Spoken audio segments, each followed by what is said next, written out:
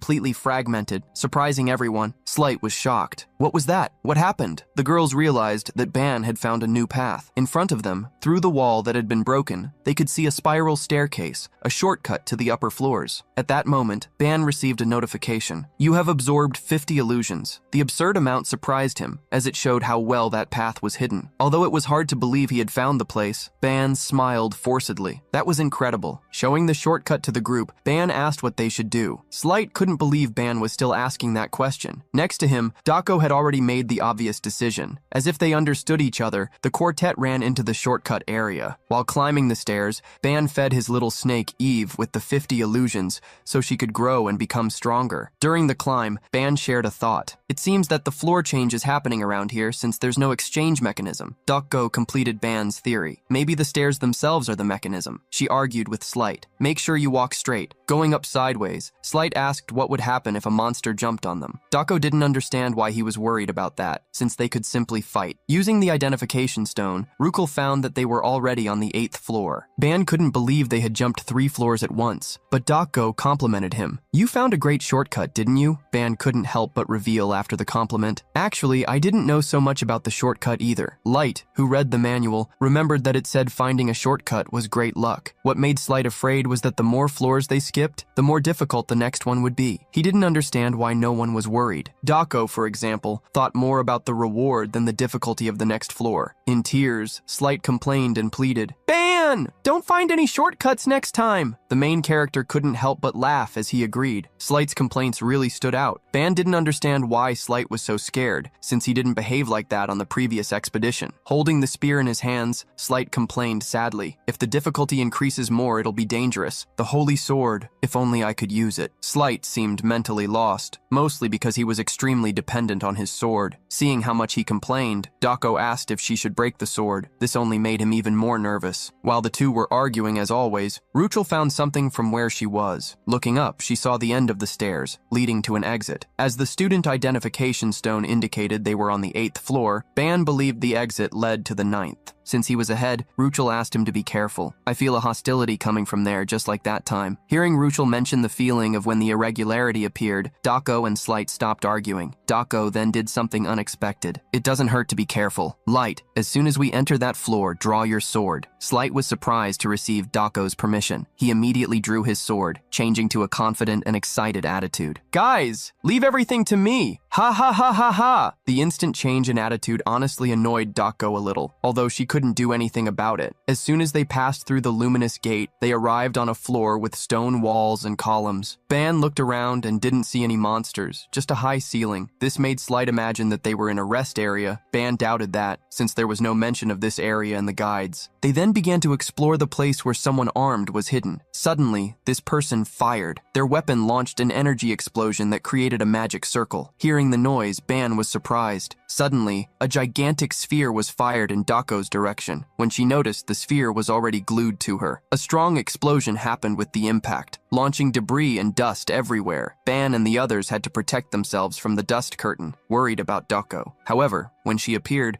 she was simply stepping on that bomb, complaining to the main character. Didn't you say that only you could use that kind of thing in the tower? The main character, timidly, remembered that he had indeed said that, but this made him believe that it was a single-use weapon. Immediately, he looked around, looking for the bastard who attacked them. With his golden eye, he quickly discovered the enemy who was hiding. Ban pointed to one of the pillars. Light, over there! Before he could give the precise location, Slight had already moved forward. The hooded man looked in the group's direction, scared to see someone running directly at him. He couldn't believe they had located him. His stealth ability shouldn't be detected by rookies. Excited, Slight swung his sword, cutting the large pillar. The man, confused, tried to calm down. He intended to deal with the swordsman individually, and then blow up the 3 who were close to the sphere. Ban approached Dako, asking if she was okay. He knew how dangerous it would have been if that initial attack had hit anyone else. Dako acknowledged Ban's words. It was at that moment that, upon activating the all-seeing eye, Ban was surprised. Pointing to the sphere under Dako's feet, Ban detected a strong energy inside it. In fact, it was a level 30 magic bomb, incredibly powerful. While kneeling in front of the sphere, he asked everyone to step back. With effort,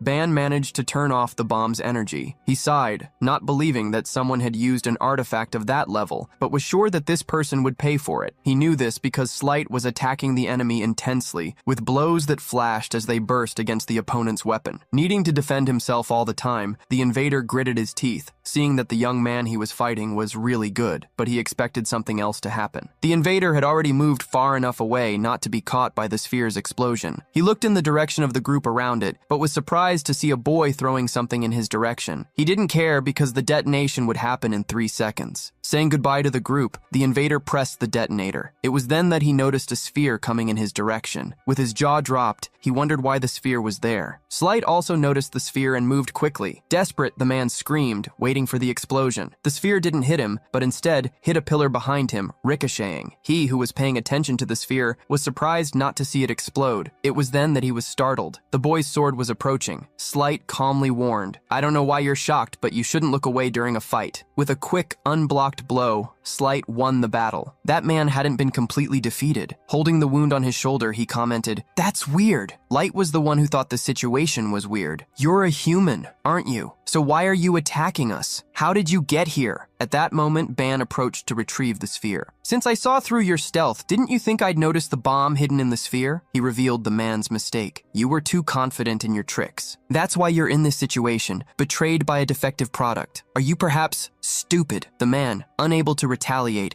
gritted his teeth, asking who those young people were. He became extremely furious. How do rookies who are still exploring the lower floors of the tower have so much power? While he was screaming his complaints, he was startled by an attack that hit the pillar next to him. Dako had caused the scare, launching an energy through her fingers. She had a sinister look, which could cause fear in the depths of anyone's soul who looked at her. "Before we talk calmly, I'll need to make sure your arms and legs don't move, so you don't try anything stupid." However, another person thought more aggressively, Ruchel. "No, we need to end him. We can't leave him alive." Ruchel's speech got everyone's attention. Her hair began to acquire a dark tone, while she gritted her teeth, getting more and more furious. "If we don't do this, everyone will!" Fury took over Ruchel, who moved forward explosively. Ban tried to act to stop her, but her claws quickly approached the man. But before she hit him, chains tied her body. The chains created by Ban with Eve made sure she was contained. At that moment, a somber voice reverberated along with a suffocating pressure. "A failure. Idiot." Looking around, Ban wondered what that pressure was. Slight, however, had a suspicion. Dako knew exactly who was behind it. The Constellation. That voice began to torment the defeated man. "Observing the situation, it seems that your function no longer makes sense." The man, now hit by a dark energy, tried to apologize to the voice, begging for a new chance. "I can still do it," but the voice didn't believe him. "Give yourself up so that your companions get the spoils." Seeing the man being tormented, Slight asked what was happening. Immediately, Ban told everyone to move away. The voice continued, "For the Oshudos, sacrifice yourself," the man screamed, trying to avoid his fate. Ban tried to run away quickly, but faced with that energy, he realized it was too late. He couldn't avoid the explosion, nor get completely out of range. Once again, the explosion swept the air with dust and debris. Worried, Dako looked in Ban's direction, looking for him. Laughing, the main character sat on the ground. By a stroke of luck, the explosion had stopped a meter away from him. Almost fainting, he commented, "For a moment I saw the Samsara River." Worried, Ruchel ran to him. Light did the same. "How are you okay in this situation?" At that moment, Ban knew he wouldn't be able to dodge. It was then that he used the concept he had removed from the magic bomb, throwing the explosion against the ground to contain the shockwave from the other one. Stopping one explosion with another was new even to Dako. It had been difficult for Ban to do that. "If I had been late, it would have been a real disaster." Curious, Slight asked what had happened to the man. The main character believed that he was fine, probably sent back to the first floor because they were in the tower. However, the somber voice disagreed. "He no longer exists. He definitely no longer exists. The tower accepted this end during the battle against you. You ended his essence." Ban frowned and smiled, questioning the voice. "What kind of nonsense are you saying? You caused the explosion. We just acted to survive." However, the voice sounded melancholic. "I lost a member, but I didn't gain anything. I should have taken precautions when the tower started treating you specially." Slight couldn't believe it, and Ban quickly interrupted him. "Stop beating around the bush and talk straight. What was that guy and who are you? The voice fell silent until it decided to say only one thing to the group. We are Exodus, your enemies. The main character was surprised and confused by those words and by the mysterious voice's farewell. When the energy dissipated, Rushel was relieved, although Ban was still gritting his teeth against the constellations. He couldn't understand how none of them acted normally. Despite that, Rushel latched on to the important information they had obtained. The name of the organization, Exodus, which she remembered well. Slight knew that organization. Exodus is the most famous